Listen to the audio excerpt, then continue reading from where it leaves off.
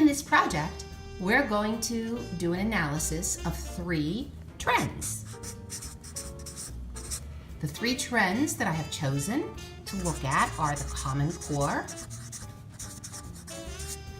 the accountability and evaluation of teachers, and the last trend I'm going to evaluate will be the challenges facing public schools.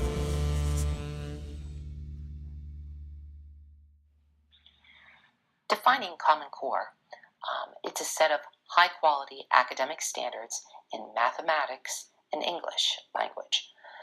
These learning goals are outlined what a student should know and be able to do by the end of each grading period. The standards were created to ensure that all students graduate from high school with the skills and knowledge necessary to succeed in college, career, and life, regardless of where they live. Now, for years, the academic progress of our nation's students has been stagnant. We've lost our ground, they say, with our international peers, particularly in the subjects as mathematics. One root has been an uneven patchwork of academic standards. They vary from state to state and don't agree on what students should know and be able to do at each grade level.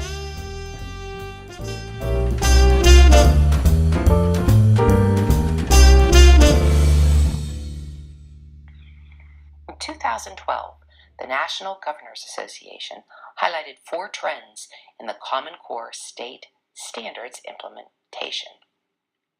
First off, they felt that we need to communicate better for this reform with parents and the students and, of course, leaders in the education. We also need to change the way we prepare our teachers, so there might be a little more understanding all the way around. Also, the state has to take accountability. We need to look at these policies and implement some interventions. Also, coordinating these implementation activities. We need to support them. We need to give the schools the resources required to maintain this core standard.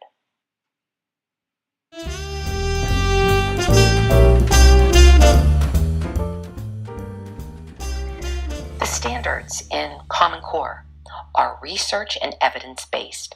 They're clear, understandable, and consistent. They're aligned with college and career expectations. These standards are based on rigorous content and application of knowledge through higher order thinking skills. Now, they're built upon strengths and lessons of current state standards. The standards also have been informed by other top-performing countries in order so we can prepare all students for success in our global economy and society. The Common Core standards are only for the English, language arts, and mathematics. So if there were to be other standards developed, let's say in science, etc., those are left in the hands of other academic organizations. For science, the Next Generation Science Standards, that's coming up by the National Research Council. The National Science Teachers Association also has an effort in this. World Languages, the American Council of Teaching Foreign Languages are working on national standards, and the National Coalition Core of Art Standards is also working on something for the arts and cultural arts. Many of those who oppose the Common Core standards don't have full knowledge of what skills and standards are required of the students, but many of the bipartisan organizations out there are strongly supporting Common Core. ACTs, the Coalition of College and Readiness for America, college boards, business higher education forums, just to name a few.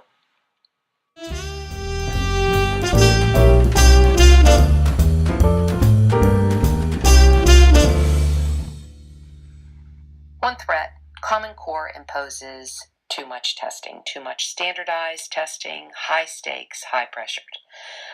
Tests have become an end in themselves.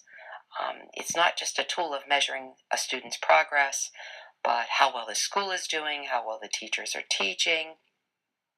And this creates not a very good learning environment for students. When these evaluations also lean towards a teacher evaluation, the teachers then move away from so much content in the coursework as well as now teaching the test. They say that the high stakes testing has also led to high stakes cheating. This obsession with testing underscores a shift in how our society views education. Some claim it's more of a materialistic view of measuring, and we're losing out on some abstract subjects of history, philosophy in this high stakes testing. Also, STEM is questioning the levels of mathematics by moving Algebra 1 to the 9th grade and actually eliminating calculus from the program. Common Core is becoming increasingly unpopular with parents over the past few years. The education poll measured from 2014 to 2015 that it's fallen by 57%.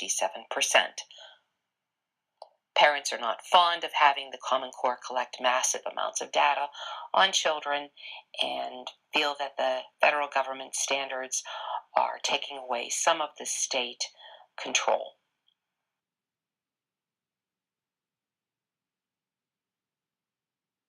Teaching in a private school, by not adopting Common Core standards, the school may not be eligible for some of the federal funds. The other is the college admission. It's tied also to Common Core standards, even if the private school rejects this. So we are looking at changing some of our teachings, better prepare our students for those college entrance exams.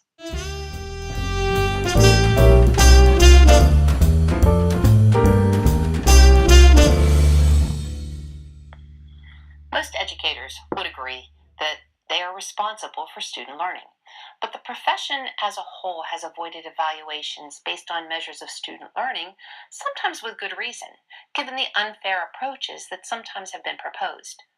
The solution, however, is not to continue with traditional strategies simply because they are benign and comfortable, but rather to develop fair and reasonable means of assessing teacher success with students. A number of school systems and educational programs have explored innovative ways of capturing valuable and reliable data on student learning to inform the teacher's evaluation process.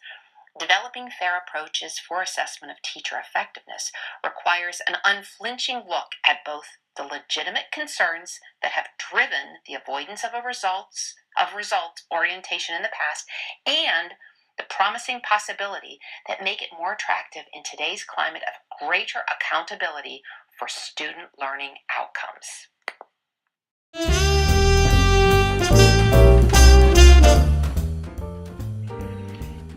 Primary purposes of teacher evaluation are professional growth and accountability.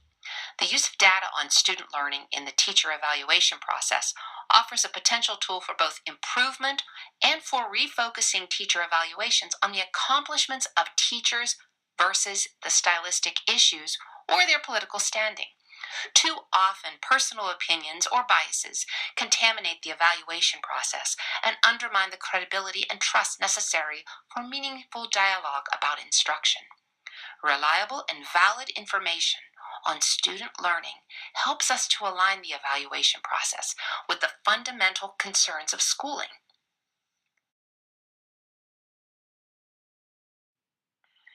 A current practice in the private school where I teach is peer assistant and review program. It's where new teachers are given a mentor and experienced teachers have the ability to come in and help evaluate and support the teacher. Also through this review, there's a development and evaluation system that's in place. So I believe the evaluation is fair and very comprehensive. It's a way teachers help teachers and help themselves. No Child Left Behind has been a detriment to the public education environment today. Student test scores are now being used by a number of states to evaluate teacher performance, putting even more pressure on faculty in schools to teach the tests. Many teachers believe they are forced to teach the annual standardized test, and activities like recess and lunch have been cut away down to more time for academics in light of this new testing procedures. Budget cuts have really created such a huge problem for these public schools in recent years.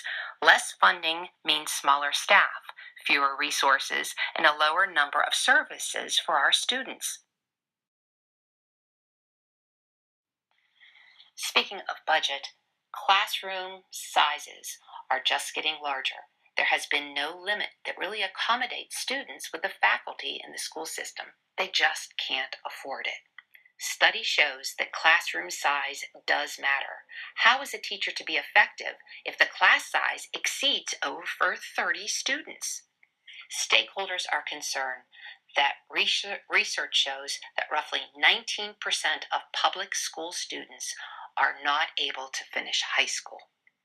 And again, because of funding, some public schools do not have the resources to acquire computers, which are necessary in today's modern curriculum. The problem of education in district officials is how to procure sufficient, sophisticated equipment that will support classroom instruction.